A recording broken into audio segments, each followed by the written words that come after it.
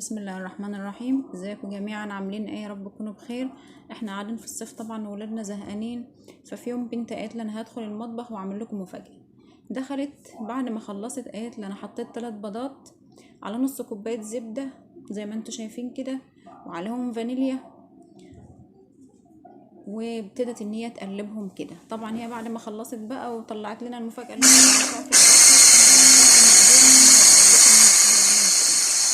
حطت المقادير اللي انا قلت عليها دي وضربتها بالمضرب زي ما انتم شايفين كده، وبعد كده ضافت عليهم دي كوبايه سكر بودر ناعم ومنخول. هتحطه برضو وهتقلبه لحد الان. طبعا احنا معرفناش هي هتعمل ايه. قصت المقادير وضربتها كويس اوي زي ما انتم شايفين كده. قالت لي بقى ان هي جابت كوبايتين دقيق وحطت عليهم معلقه صغيره بيكنج باودر اهي وعليهم رشه ملح. طبعا اعذروني يعني في الصوت بيقطع كده، لان انا طبعا بغش منها، لان انا طبعا مش عارفه هي الوصفه ايه اصلا لحد الان. وقلبت هي المقادير الجافه مع بعض، وبعد ما قلبتهم مع بعض المقادير الجافه جابت المقادير السائله اللي هي عاملاها ونزلت بالجاف على السائل وهتقلبهم كويس. حطتها اهي، وكل الشغل يدوي ما استعملتش فيه مضرب كهرباء ولا اي حاجه. بالمعلقه اهي وبدات تقلب لحد ما تختلط المقادير كويس أوي مع بعض. بعد ما خلطتهم نزلت بكوباية لبن بس شوية شوية، مش كله مع بعضه، لحد ما تتكون عجين أو عجينة سايلة زي ما هتشوفوها كده إن شاء الله. زي ما قلت لكم اللبن شوية شوية، ما ننزلش بكل مرة واحدة، ونقلب. شايفين العجينة بقت ازاي؟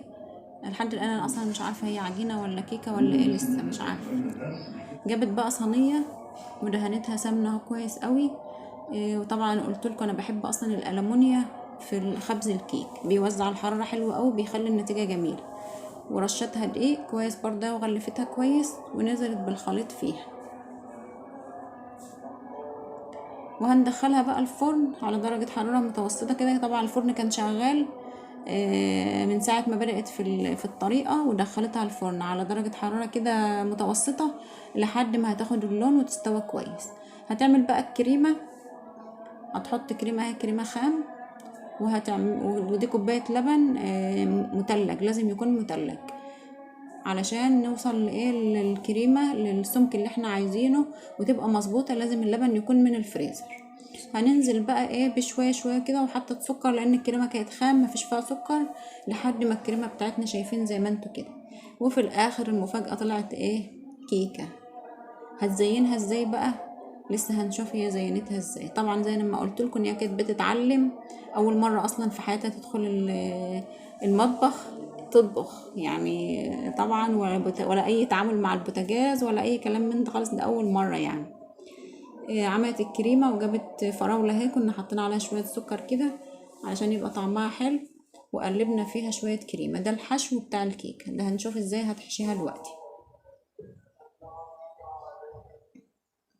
طبعا دي كيكه يعني للمبتدئين كده، اللي ما بيعرفوش قوي. ممكن تقولوا الشكل بتاعها يعني بسيط قوي، بس في الاخر والله طلع طعمها جميل. والمحاولات مش وحشه، لازم الواحد يجرب ولازم نعمل ولازم ما تطلعش مظبوطه مره وتطلع مظبوطه المره التانية، هتلاقي كل حاجه مشت معانا كويس. عملت الخليط الفراولة اهو، قسمت الكيكة نصين وعملت الفراولة في النص. وعملت جزء كده اللي هو بالفورماسيل ده، عشان في عندنا ناس ما بتحبش فاكهة كده من الولاد، عملنا لهم حتة كده فورماسيلا بس من غير فاكهة. ونزلت طبعا بالكريمة اهو زي ما انتم شايفين على الوش بطريقة عشوائية كده، ما فيش يعني مش مهم نظبط قوي. ونزلنا برضو بشوية فراولة من اللي احنا خلطينهم بالكريمة زي ما انتم شايفين كده، اي شكل انتوا حابينه. زي ما انتوا شايفين المقادير بتاعتها اصلا كلها حلوة وكلها هتدي طعم جميل. الفاكهة مع الكريمة مع الفورماسيلا مع كل ده، كلها حاجات اصلا بتدي طعم حلو حلو قوي، حتى لو الكيكة عندنا بتاعتنا مش مظبوطة.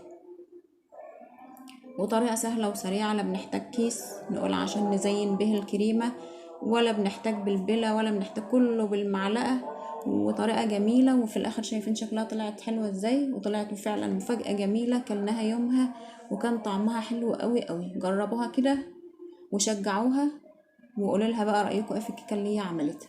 يا ريت تعملوا لايك للفيديو وتشتركوا في القناة وتفعلوا الجرس عشان توصلكم كل اشعاراتي، وقولوا رأيكم ايه في الفيديو الجميل ده، عجبكم ولا لا. السلام عليكم ورحمة الله وبركاته.